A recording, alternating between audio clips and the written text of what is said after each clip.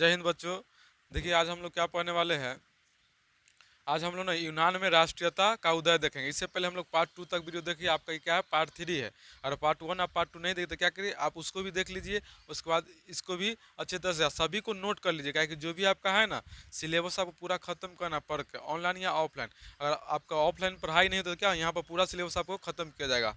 तो इसलिए आप लोग क्या करिए, जो भी छूट गया है ना तो पीछे से इसका क्या पार्ट 1 और पार्ट 2 देख लीजिएगा। क्या आपका पार्ट 3 है, तो पार्ट 3 में हम लोग पढ़ने वाला, हम लोग का टॉपिक आज है यूनान में राष्ट्रीयता का उदय। क्या है? यूनान में राष्ट्रीयता का उदय। बोला है यूनानी सभ्यता की साहित्य प्रगति, विचार, दर्शन, कला, चिकित्सा, विज्ञान आदि क्षेत्र की उपलब्धियां यूनानियों के लिए प्रेरणा स्रोत रहे। क्या रहे?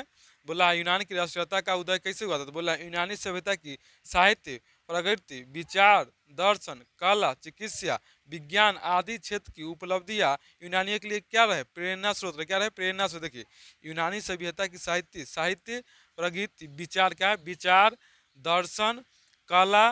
कला मतलब जो आप उस कला में परिपूर्ण, जैसे किसी को फिगर बनाना आता है, किसी को डांस करना आता है, किसी को राइटर है, तो क्या है उनमें एक कला है। चिकित्सा मतलब जो चिकित्सा होता है अस्पताल में जो होता है, इलाज जो होता है उसी को हम लोग क्या कहते हैं? चिकित्सा कहते हैं। विज्ञान, विज्ञान तो आप लोग जानबे करते हैं।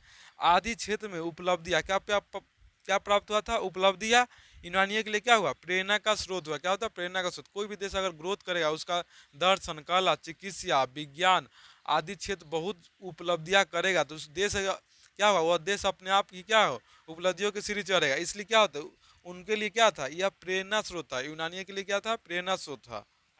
यूनान तुर्की साम्राज्य के अधीन था। क्या था? यूनान तुर्की साम्राज्य के अधीन था। मतलब यूनान किसके अधीन था? तो तुर्की के। किसके अधीन था? तो यूनान तुर्की साम्राज्य के अधीन था। बोला तुर्की को यूरोप का मरीज कहा जाता है। देखिए यूरोप का मरीज बहुत बार आपको क्वेश्चन में आया, यूरोप का मरीज किसे कहा था? तुर्की को। यूरोप का मरीज किसे कहा गया था? तुर्की को। तो बोला तुर्की को यूरोप का मरीज कहा जाता है। तो याद रखिए, आपको बहुत बार क्वेश्चन आया ऑब्जेक्टिव में, आपको एग्जाम में। अगला बोला ईसाई जगत ग्रीक। बोला ईसाई जगत ग्रीक ऑर्थोडॉक्स तथा रोमन कैथोलिक चर्च में विभक्त था। क्या था? ईसाई जगत ग्रीक ऑर्थोडॉक्स तथा रोमन कैथोलिक चर्च में विभक्त था। बोला यूनान तथा रूस के लोग ग्रीक ऑर्थोडॉक्स चर्च के मानने वाले थे। मतलब यूनान तथा रूस के लोग किसको मानने वाले थे? Greek Orthodox. किसको मानने वाले थे? ग्रीक ऑर्थोडॉक्स के मानने वाले, भले ग्रीक ऑर्थोडॉक्स चर्च को मानने वाले लोग थे। तो याद है यूनान तथा रूस के लोग कैसे थे? तो ग्रीक ऑर्थोडॉक्स चर्च को मानने वाले थे। अगला बोला आपका तुर्की हितेरिया फिलाइक नामक संस्था की स्थापना ओडेसा नामक स्थान पर की। मतलब तुर्की ने हितेरिया फिलाइक नामक संस्था की स्थापना ओडेसा, क्या है? ओडेसा नामक स्थान पर की थी। तो तुर्की ने हितेरिया फिलाइक नामक संस्था की गठन कहाँ किया था? कथिए ओडेसा नामक, कहाँ किया था? ओडेसा नामक स्थान पर किया था। बोला अगला यूनान, क्या है? यूनान सारे यूरोप वासियों के लिए प्रेरणा एवं सम्मान का पर्याप्त था। क्या था? पर्याय था या पर्याप्त था, बोल सकते इसको, है ना? ये आपका पर्याय। मतलब यूनान सारे यूरोप वासियों के लिए प्रेरणा एवं सम्मान का पर्याप्त था। मतलब ये क्या है? ऐसे होता है कि इसके न क्या था, यूरोप में क्या हुआ था? यूरोप के साहित्य प्रगति, विचार, दर्शन, कला, क्या है? दर्शन, कला, चिकित्सा, विज्ञान आदि क्षेत्र में क्या था? उपलब्धियां प्राप्त है। इसलिए क्या क्या था? इसलिए यूरोप के वासियों के लिए क्या था? यूनान प्रेरणा का स्रोत। तो याद रखिए यूरोप वासियों के लिए प्रेरणा का स्रोत कौन था? तो यूनान था। क्या था? यूरोप वासियों के लिए प्रेरणा का स्रोत किसे माना गया था? यूनान को। क्योंकि यूनान में कला, चिकित्सा, विज्ञान आदि क्षेत्र क्या उपलब्धियां हुई थी। इसलिए यूनान को ना यूरोप का प्रेरणा स्रोत माना गया है। तो यूनान सारे यूरोप वासियों के लिए क्या थे? प्रेरणा एवं सम्मान का पर्याप्त था। बोला है कवि लार्ड, क्या है? कवि लार्ड वायरन यूनानियों की स्वतंत्रता के लिए यूनान में ही शहीद हुए। देखिए कवि लार्ड थे ना, लॉर्ड वायरन यूनानियों की स्वतंत्रता, मतलब ईरान को आज़ाद कराने के लिए क्या है? यूनान में ही शहीद हो गए थे। कहाँ शहीद हुए थे? यूनान में। कवि लॉर्ड वायरन ने यूनानियों की स्वतंत्रता के लिए यूनान में ही शहीद हो गया। अगला बोला है 1881 ईस्वी में, क्या बोला है? 1881 ईस्वी में अलेक्जेंडर चिपसिलाटी के नेतृत्व में यूनान में विद्रोह शुरू हो गया था। क्या था? 1881 ईस्वी में अलेक्जेंडर चिपसिलाटी के नेतृत्व में यूनान में विद्रोह शुरू हो गया था। किसके? तो क्या यह इसको 1881 में किसके? अलेक्जेंडर, ये आपको नहीं पूछे इतना ना, अलेक्जेंडर के नेतृत्व में यूनान में विद्रोह शुरू था। यूनान में विद्रोह शुरू हो गया था किसके नेतृत्व? तो याद रखिए अलेक्जेंडर, क्या है? अलेक्जेंडर, इतना ही आपको एग्जाम में आता है, इसलिए बोल रहा है 1881 ईस्वी में यूनान में विद्रोह शुरू हो गया था। किसके कारण? किसके नेतृत्व में? तो अलेक्जेंडर। किसके? अलेक्जेंडर। अप्रैल 1826 ईस्वी में ग्रेट ब्रिटेन, क्या बोला? अप्रैल 1826 ईस्वी में ग्रेट ब्रिटेन और रूस में एक समझौता हुआ कि वे तुर्की यूनान विवाद में मध्यस्थता, क्या मध्यस्थता रहेंगे।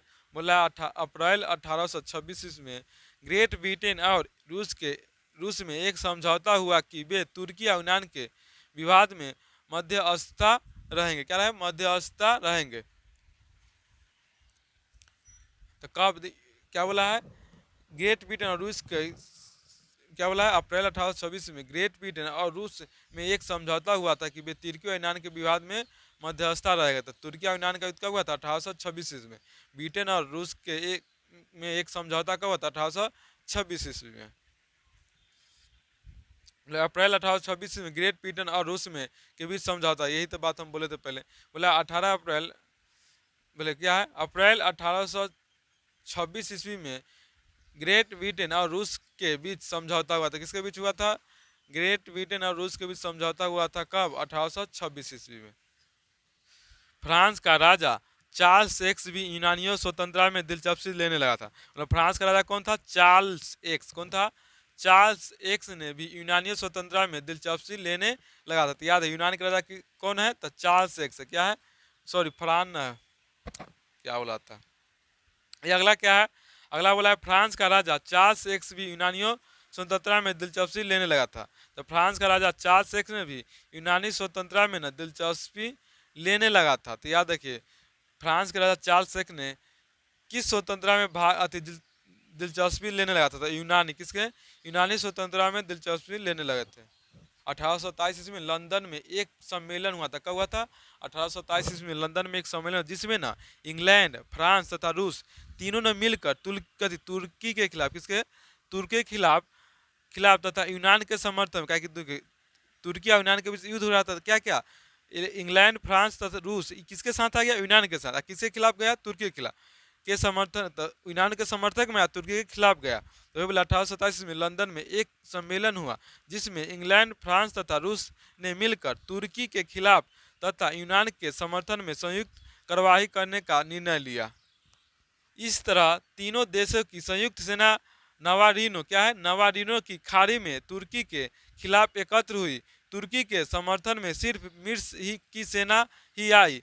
युद्ध में मिर्स और तुर्की की सेना बुरी तरह से पराजित हुई और अनंत 1829 ईस्वी में एड्रियानोपोल की संधि हुई। किसकी संधि हुई थी? एड्रियानोपोल की संधि हो गई थी। कब? 1829 ईस्वी। यार इस तरह के तीनों देश मिले क्या किया? तुर्की पर हमला किया था, जिसमें तुर्की के समर्थन में कौन आया था? मिर्स है। एक केवल देश आया था, उधर 3 देश है। तो जब क्या होगा? उधर 3 देश है, इधर 1 देश है, तो क्या होगा? जो देश ज्यादा रहेगा उसी का क्या है? उसका आर्मी क्या संख्या ज्यादा रहेगा, इसलिए जीत किसकी होगी? जिसकी संख्या ज्यादा रहेगा, जो सही से लड़े उसी की ना जीत होगी। अगला बोला 1832 में यूनान को एक स्वतंत्र राष्ट्र घोषित कर दिया। कब किया था? 1832 में यूनान को एक स्वतंत्र राष्ट्र घोषित। तो यूनान को स्वतंत्र राष्ट्र कब घोषित किया था? 1832 में। याद रखिएगा आपको। बवेरिया के शासक ओटो को स्वतंत्र यूनान का राजा घोषित किया गया। बवेरिया के शासक ओटो को स्वतंत्र यूनान का राजा घोषित किया गया। बोला है बवेरिया के शासक ओटो का स्वतंत्र यूनान का राजा घोषित किया। देखिए यूनान कब आजाद थे? तो यूनान 1832 ईस्वी में स्वतंत्र हुआ था, स्वतंत्र राष्ट्र घोषित कर दिया। मतलब कब आजाद हुआ था? 1832 ईस्वी में। मतलब यूनान कब आजाद हुआ था? 1832 ईस्वी में यूनान स्वतंत्र राष्ट्र घोषित कर दिया गया था। उसके बाद क्या था? बवेरिया के शासक ओटो के स्वतंत्र यूनान का राजा घोषित। यूनान का राजा किसे? ओटो को घोषित किया गया था। कोशित तथा फ्रांसिस डिक नामक क्रांतिकारी द्वारा किया जा रहा था। याद रखें हंगरी में राष्ट्रीय आंदोलन का नेतृत्व कोशित तथा फ्रांसिस डिक नामक क्रांतिकारी के द्वारा किया जा रहा था।